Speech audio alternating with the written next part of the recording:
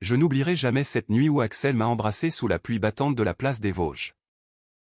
Ses lèvres tremblantes contre les miennes. Murmurant, Hugo.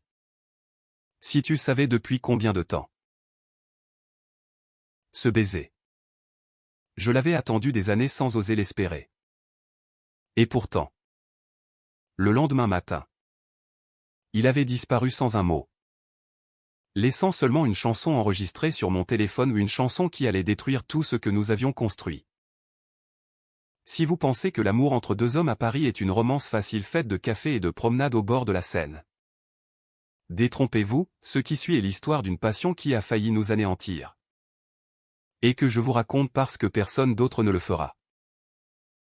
Je m'appelle Hugo Valois. 30 ans. Architecte dans une agence réputée du Marais. Ma vie, avant Axel, était une succession de lignes droites et d'angles droits, travail acharné. Amis fidèles. Famille distante mais polie.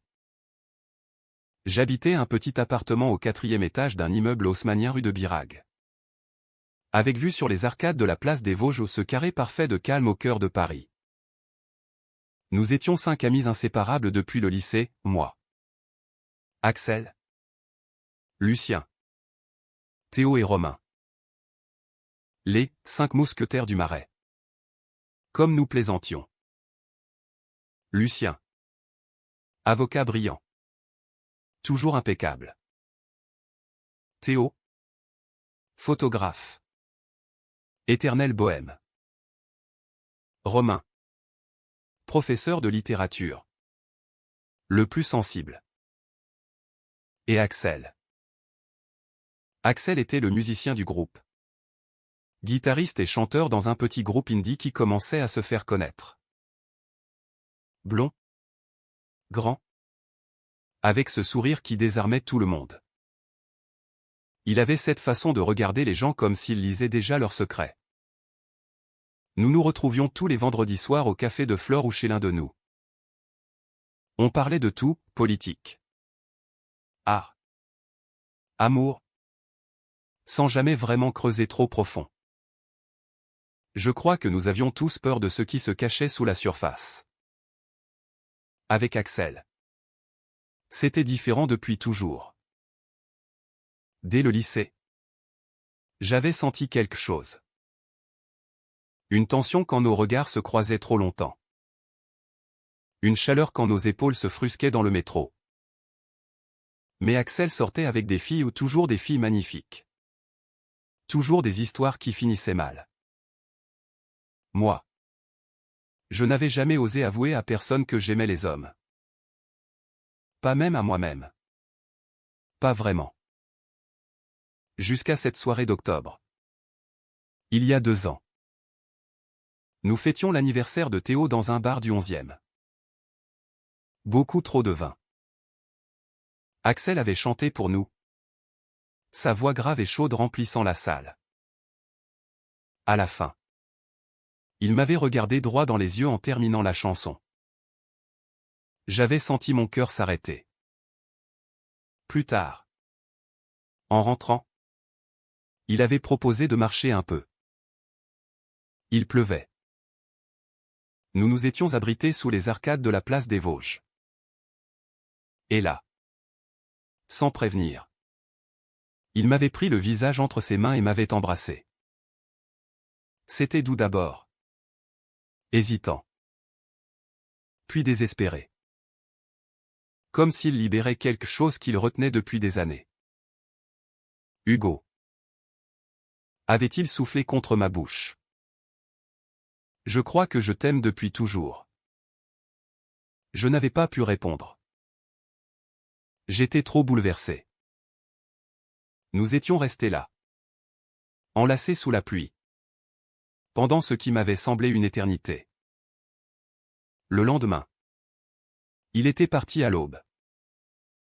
Un message, faut que je réfléchisse. Désolé. Et puis plus rien pendant des semaines. Les semaines qui suivirent furent un enfer silencieux. Axel évitait nos sorties habituelles. Quand je l'appelais, il ne répondait pas. Les autres remarquaient que quelque chose n'allait pas. Mais personne n'osait poser la question directement. Je me noyais dans le travail. Je passais mes soirées à redrao des plans que j'avais déjà parfaits. À marcher seul dans Paris la nuit. Je repensais sans cesse à ce baiser. Était-ce réel? Avait-il regretté? Un soir de novembre, il m'envoya enfin un message, viens chez moi. Il faut qu'on parle. J'y suis allé le cœur battant. Axel habitait un atelier d'artiste à Montmartre. Sous les toits. Quand il ouvrit la porte, il avait l'air épuisé. Des cernes sous les yeux. Les cheveux en bataille. Il me fit entrer sans un mot. Nous nous assîmes sur son vieux canapé en cuir. Hugo. Commença-t-il d'une voix rauque. Ce qui s'est passé. Je ne sais pas comment gérer ça. Je sentis mon estomac se nouer. Tu regrettes? Il secoua la tête. Non. C'est ça le problème. Je ne regrette pas. Mais. Ma famille. Mon groupe. Tout le monde. Je compris immédiatement. Les parents d'Axel étaient catholiques pratiquants. Très traditionnels. Son père, un ancien militaire, avait toujours été dur avec lui. Et le groupe il commençait à signer avec une maison de disques. Leur image était rock hétéro-classique. Tu as peur qu'on te juge? Dis-je calmement. Il me regarda avec désespoir. Ce n'est pas seulement peur. C'est. Je ne suis pas prêt à tout perdre pour. Pour moi, complétai-je. La voix brisée. Il ne répondit pas. Ce soir-là, nous ne nous embrassâmes pas. Nous parlâmes pendant des heures. Il me confia qu'il avait toujours su. Au fond. Qu'il aimait les hommes. Mais qu'il avait construit toute sa vie en niant cela. Les filles. C'était plus facile. Plus accepté. À la fin. Il me demanda, est-ce qu'on peut essayer en secret? Juste toi et moi. Personne ne saurait. J'aurais dû dire non. J'aurais dû exiger qu'il choisisse. Mais j'étais tellement amoureux que j'acceptais. Ainsi commença notre relation cachée. Pendant presque un an. Nous vécûmes cet amour clandestin. Les moments volés étaient intenses. Un week-end à Honfleur. Prétextant un déplacement professionnel. Des nuits dans mon appartement quand les autres pensaient qu'Axel était en répétition. Des regards complices lors de nos soirées à 5. Que personne ne remarquait ou du moins. Je le croyais. Axel écrivait des chansons magnifiques pendant cette période. Il disait que c'était grâce à moi. Une en particulier. Qu'il appelait « Quatrième étage ». Parlait d'un amour impossible dans un immeuble haussmannien. Je reconnaissais chaque mot. Mais le secret pesait de plus en plus lourd. Je voyais Axel se détruire lentement. Il buvait trop. Devenait irritable avec le groupe. Un soir, il me confia qu'il avait fait une crise d'angoisse en pensant à ce que dirait son père s'il savait. Et moi? Moi je commençais à étouffer. Je voulais pouvoir le prendre dans mes bras devant nos amis. Lui tenir la main dans la rue. Être normal. Un soir, après une dispute particulièrement violente, je lui avais demandé s'il m'aimerait assez un jour pour tout avouer où il partit en claquant la porte. 3 jours sans nouvelles. Puis il revint. Les yeux rougis. J'ai quelque chose à te montrer. Il me fit écouter une chanson. Sa voix. Sa guitare. Les paroles parlaient d'un amour caché. De la honte. De la peur de perdre tout pour être soi-même. À la fin. Il me dit, c'est pour toi. Mais je vais la chanter en concert vendredi. Mon cœur s'emballa. Tu vas la dédier à quelqu'un? Il secoua la tête. Non. Mais les gens comprendront. Je veux commencer à être honnête. Petit à petit. J'étais tellement ému que je pleurais. Le vendredi arriva. Le concert était dans une salle du 18e. Nous y étions tous les 5. Comme toujours. Axel monta sur scène. Il chanta toutes ses chansons habituelles. Puis, à la fin, il annonça, celle-ci est nouvelle. Elle s'appelle Quatrième étage. Il commença à jouer. Et là, tout bascula. Au milieu de la chanson, Axel changea les paroles. Au lieu de chanter, comme nous l'avions répété. Il chanta, elle. Elle habite au 4e étage. Son sourire me tue. Je l'aime en secret. La salle hurla d'enthousiasme. Les filles dans le public criaient qu'elles étaient sûrement, elles. Je restais figé. Quand il descendit de scène, il vint vers nous, rayonnant. Alors, demanda-t-il en me regardant. Je ne pus rien dire. Je sortis. Dehors. Dans la rue froide. Je pleurais comme jamais. Il me rejoignit 5 minutes plus tard. Hugo. Qu'est-ce qui se passe? Je le regardais. Incrédule. Tu as changé les paroles. Tu as fait croire que tu aimais une femme. Il pâlit. Je n'ai pas pu. Il y avait le manager du label dans la salle. Il m'a dit avant le concert que si je chantais des textes ambigus, il pourrait revoir le contrat. Et tu as choisi le contrat. Il baissa la tête. Ce n'est pas ça. C'est juste. Pas encore le moment. Le moment n'arrivera jamais. Axel. Je partis. Les jours suivants furent un cauchemar. Axel m'appela des dizaines de fois. Envoya des messages désespérés. Les autres commencèrent à comprendre qu'il y avait un problème grave entre nous. Lucien me prit à part un soir, Hugo.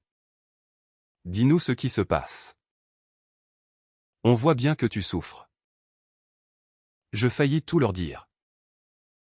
Mais je me tus. Puis vint le pire. Une semaine plus tard. Une vidéo du concert devint virale. Axel. Magnifique sur scène. Chantant cette chanson d'amour. Pour elle. Les commentaires explosaient, les fans imaginaient qui pouvait être cette mystérieuse femme. Et puis, quelqu'un posta une photo. Une photo de nous deux. Prise des mois plus tôt lors d'un week-end à Deauville. Nous étions enlacés sur la plage. Regardant la mer. La légende, et si c'était lui? Le scandale éclata. Les réseaux sociaux devinrent fous. Le groupe d'Axel fut accusé de queerbaiting. Son label menaça de rompre le contrat.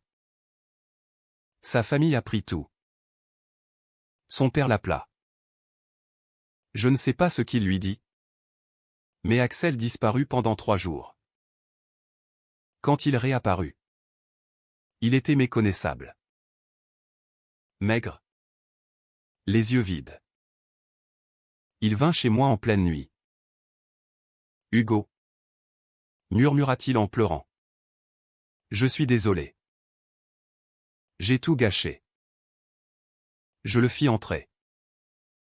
Nous nous assîmes par terre dans l'entrée. Comme deux enfants perdus. Il me raconta tout. Les insultes de son père. Les menaces du label. Les messages de haine. Mais aussi les messages de soutien. Des jeunes hommes qui lui disaient merci d'avoir osé. Même à moitié. J'ai compris quelque chose. Dit-il enfin. J'ai passé ma vie à avoir peur de perdre des choses qui, au final, ne valent rien comparé à toi. Je le regardai longuement. Et maintenant? Il prit ma main. Maintenant. Je vais tout dire. À tout le monde. Vraiment. 2 semaines plus tard. Axel donna une interview dans Libération. Il fit son coming out. Parla de notre histoire. De la chanson. De sa lâcheté. De son amour. Le scandale fut immense. Il perdit son contrat. Son père ne lui parla plus pendant des mois. Une partie des fans l'abandonna. Mais il gagna autre chose. Nous pûmes enfin marcher main dans la main dans Paris. Aller au café de Flore avec les autres et nous embrasser sans nous cacher. Lucien, Théo et Romain nous soutinrent sans faille, ils avaient compris depuis longtemps. En fait, Axel recommença à écrire. Des chansons honnêtes. Cette fois. Il trouva un petit label indépendant qui croyait en lui. 1 an plus tard. Nous nous mariâmes civilement à la mairie du 4e arrondissement. Sous les arcades de la place des Vosges. Là où tout avait commencé. Son père ne vint pas. Mais il envoya une lettre. Quelques mois après. Courte. Maladroite. Mais c'était un début. Aujourd'hui. Quand je regarde Axel jouer dans de petites salles intimistes. Chanter nos vérités sans peur. Je sais que nous avons gagné quelque chose de plus précieux que tous les contrats du monde. L'amour, quand il est enfin libre, vaut tous les sacrifices. Et sous la pluie de Paris. Parfois. Nous retournons place des Vosges. Nous nous embrassons. Et nous savons que plus jamais nous ne nous cacherons.